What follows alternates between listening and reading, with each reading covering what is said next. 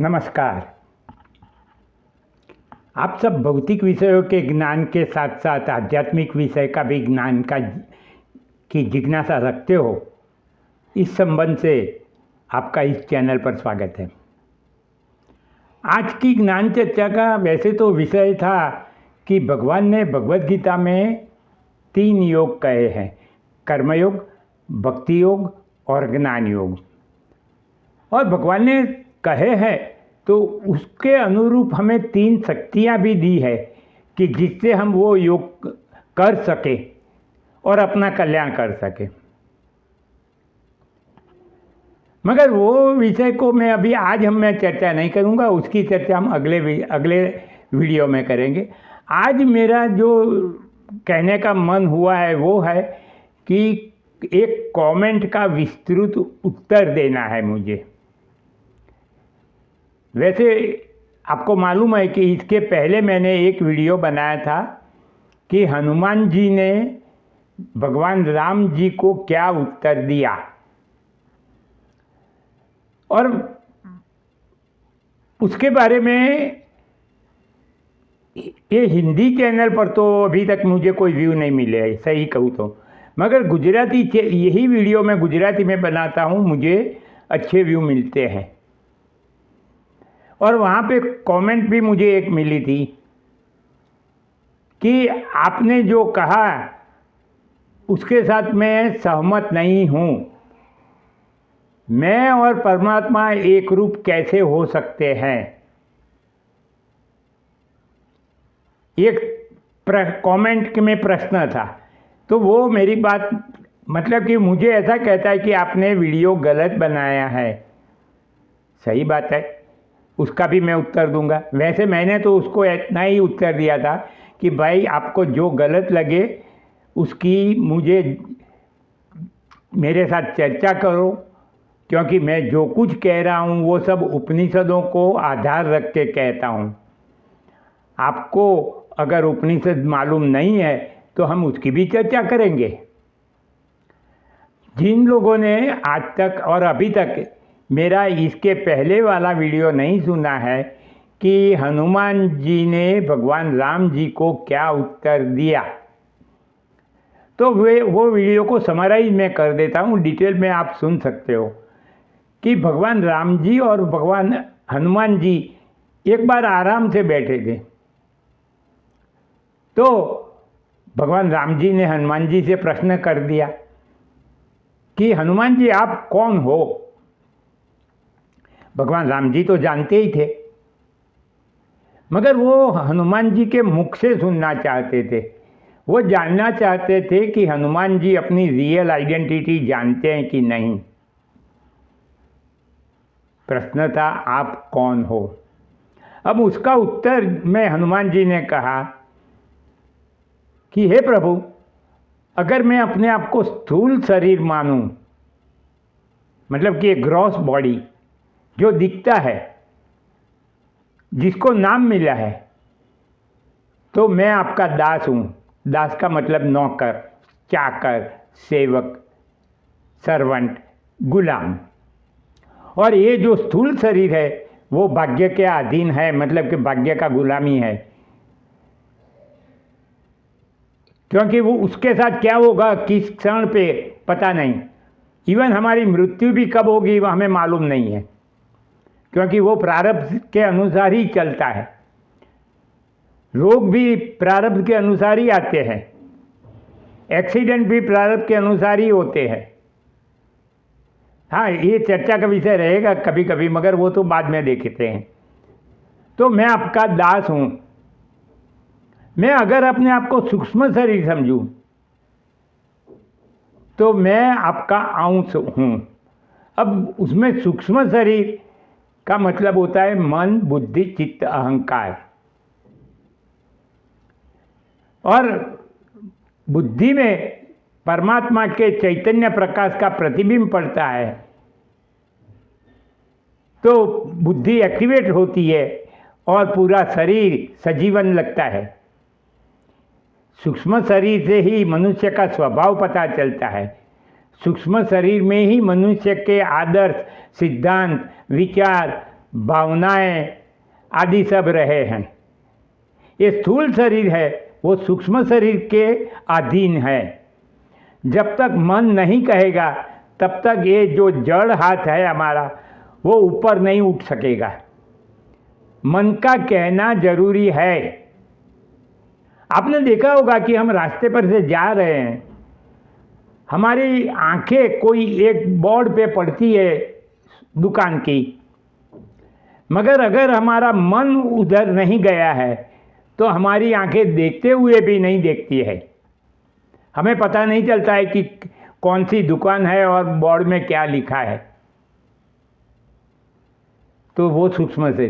और अब हनुमान जी का तीसरा उत्तर सुनिए, जिसके ऊपर भाई ने मुझे बोला था कि मैं एग्री या सहमत नहीं होता हूं, कि अगर मैं अपने आप को आत्मा रूप समझूं तो मैं और आप एक ही हैं, क्योंकि पूरी सृष्टि में आत्मा एक ही है। आत्मा दो नहीं हो सकते हैं। हाँ, उसमें भी वाद विवाद होता रहता है, मगर उपनिषदों में ये सिद्ध किया हुआ है। और अगर हम उपनिषद पर भी श्रद्धा नहीं करेंगे तो किस में करेंगे? उपनिषद में भी कहा है कि आत्मा एव इदम सर्वम, ये जो आत्मा है वही सर्वस्व है। उपनिषद क्या है वो मैं आपको पहले बता दूं कि 4 वेद है। वो 4 वेद में तीनों कांड की बातें हुई है, कर्मकांड, उपासना कांड और ज्ञान कांड। वेदों के अंत में जो होता है वो ज्ञान कांड है, इसके लिए उसको वेदांत भी कहते हैं। वो ज्ञान कांड जो है चारों वेदों के अंत में, उसे उपनिषद कहते हैं। उपनिषद में हमारे ऋषि मुनियों ने जो सत्य ढूंढा है वही खजाना भरा हुआ है। तो ये जो उपनिषद में कहा है कि आत्म रूप से हम सब एक हैं, वो भाई को यही प्रॉब्लम था कि मैं और भगवान राम एक कैसे हो सकते हैं। हो सकता है वो भक्ति मार्गी हो, वो भगवान को प्रेम करके, मतलब कि भक्ति करके रिझाना चाहता है तो ठीक बात है, हम उसकी चर्चा करते हैं अभी। तो अभी हम ये भाई ने जो कमेंट में लिखा कि आपने गलत लिखा है कि सही लिखा है, वो अभी आप खुद डिसाइड कर लो कि भाई हमारे उपनिषदों में, हमारे हिंदू धर्म में, सनातन धर्म में अनेक विचारधाराएं हैं और सब विचारधाराओं को स्वीकार भी किया गया है, आदर भी दिया गया है, किसी को गलत नहीं कहा है। अपनी विचारधाराओं में अद्वैतवाद भी है, द्वैतवाद भी है, विशिष्टाद्वैतवाद भी है, भेदाभेद द्वैतवाद भी है, सब विचारधाराएं हैं। अरे मांडुक्य कारिका में कुल 36 प्रकार की विचारधाराओं का वर्णन किया हुआ है। उस वक्त भी इतनी विचारधाराएं थी। तो आप कौन सी विचारधारा को किस विचारधारा का अनुसरण कर रहे हैं उस पर डिपेंड करता है कि कोई गलत है या कोई सच्चा है। मगर एक बात है कि सब विचारधाराओं का मूल उपनिषद है। भारत देश में जितनी भी विचारधाराएं हैं परमात्मा को प्राप्त करने की, वो सब विचारधाराओं का मूल उपनिषद ही है। आप सोचो कि हजारों साल से हमारे देश पर दूसरे धर्मों के आक्रमणकारियों ने आक्रमण किया हुआ है, हमको गुलाम बनाया है, हमें जबरदस्ती धर्मांतरण करने को कहा गया है, फिर भी सनातन या तो हिंदू धर्म टिका रहा है। क्यों? क्योंकि हमारे खून में उपनिषदों का लोई, मतलब कि रक्त और संस्कार बह रहे हैं। हम अभी भी वो संस्कार नहीं भूले हैं। इसीलिए अभी भी हम हिंदू धर्म और सनातन धर्म में मानते हैं। तो आप कौन से मार्ग का अनुसरण करते हो वो अलग बात है, मगर आपको उपनिषदों को तो आधार मानना पड़ता है। और अगर उपनिषदों में कहा है कि ये सर्वस्व आत्मरूप है, तो मैं क्या, भगवान क्या, कुछ भी को कहो, सब एक ही है। हाँ, ऊपर के कलेवर अलग है। हो सकता है हमारा और सब प्राणियों का स्थूल शरीर भिन्न भिन्न है, सब प्राणियों का सूक्ष्म शरीर भिन्न भिन्न है, मगर आत्मा एक ही है। जिस आत्मा से मेरा ये स्थूल और सूक्ष्म शरीर चलता है, वही आत्मा से गाय का या हाथी का स्थूल या सूक्ष्म शरीर चलता है। वो चैतन्य रूप आत्मा सब में एक ही है और कोई नहीं है। भगवान ने भगवद गीता में कहा है कि अहम आत्मा गुड़ा के सर्वभूताशय स्थित। हे अर्जुन, सब प्राणियों के हृदय में मैं खुद आत्म रूप से बसा हुआ हूं। तो इसका मतलब क्या हुआ? भगवान खुद भी कहते हैं कि मैं ही हूं आत्मा रूप से। तो हमारा आत्मा और परमात्मा का आत्मा एक ही है। आत्मा तो भगवान का भी अलग नहीं था, श्री कृष्ण भगवान हो या भगवान राम जी हो,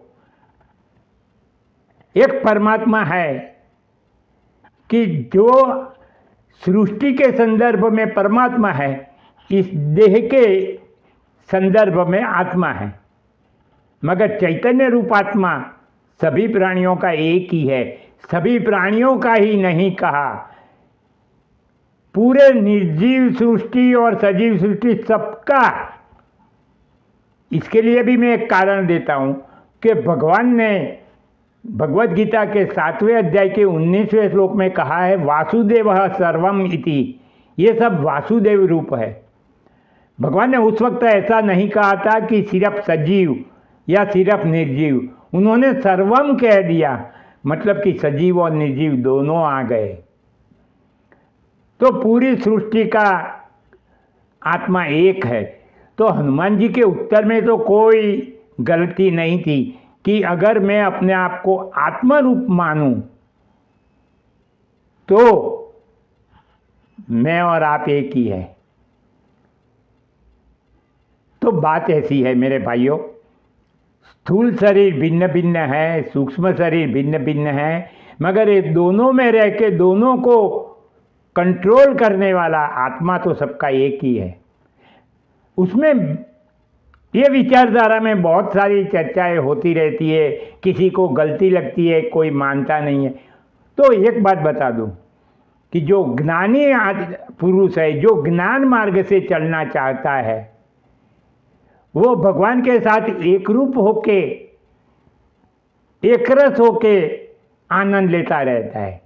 और भगवान के साथ एक रूप और एक रस हो सकता है क्योंकि भगवान श्री कृष्ण ने ही भगवद गीता में बार बार उसका उल्लेख किया है। 11वें अध्याय में किया है, ज्ञातुम द्रष्टुम च तत्वेन प्रवेष्टुम। मुझे जानकर, मुझे देखकर मेरे अंदर प्रवेश कर जाता है। तत्व तो ज्ञात्वा विशते तदंतरम। मुझे तत्व से जानकर मेरे अंदर एक रूप हो जाता है। तो भगवान के साथ एक रूप होने में हमारे पास पोटेंशियलिटी एंड कैपेसिटी है ज्ञान से। तो ज्ञान मार्ग से चलने वाला भगवान के साथ एक रस रहने का आनंद लेता है। और जो भक्ति मार्ग को मानता है उसको तो भगवान को अपने से भिन्न मानना ही पड़ेगा, क्योंकि भगवान की भक्ति करने का मतलब भगवान को प्रेम करना। और एक सीधी बात है कि जब प्रेम करना हो तो अपने से भिन्न कोई चाहिए। अकेला आदमी अकेले से प्रेम नहीं कर सकता है, प्रेम करने के लिए दूसरा चाहिए। तो भक्ति मार्गी जो है, जो प्रेम का आनंद लेना चाहता है, वो भगवान को प्रेम करता है और भगवान को अपने से भिन्न समझता है। तो वो प्रेमास्वाद लेता है, ज्ञान मार्ग वाला रसास्वाद लेता है, भक्ति मार्ग वाला प्रेमास्वाद लेता है। भगवान ने भगवत गीता में जीवात्मा को अपना अंश कहा है और ज्ञान मार्ग वाले के लिए अंश और अंशी का कोई भेद नहीं रहता, मगर भक्ति मार्गी अंश और अंशी में भेद मानता है, मतलब कि दोनों को भिन्न समझता है। यही एक फर्क है। और इतनी समझ शक्ति कम पड़ी हो तो अलग बात है वो भाई की। मैंने इसीलिए ये कमेंट का विस्तृत उत्तर दिया था। वो भाई को भी बोला था मैंने कि मैं आपको विस्तृत उत्तर दूंगा।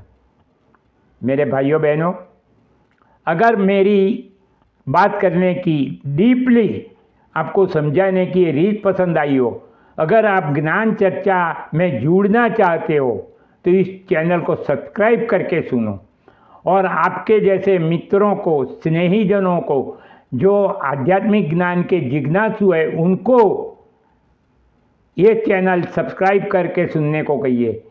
आप दिन में 15 मिनट स्पेयर करके मेरी ये चैनल सुनिए। हो सकता है कि मैं आपको आत्मज्ञान करा दूंगा बहुत सिंपल वे में।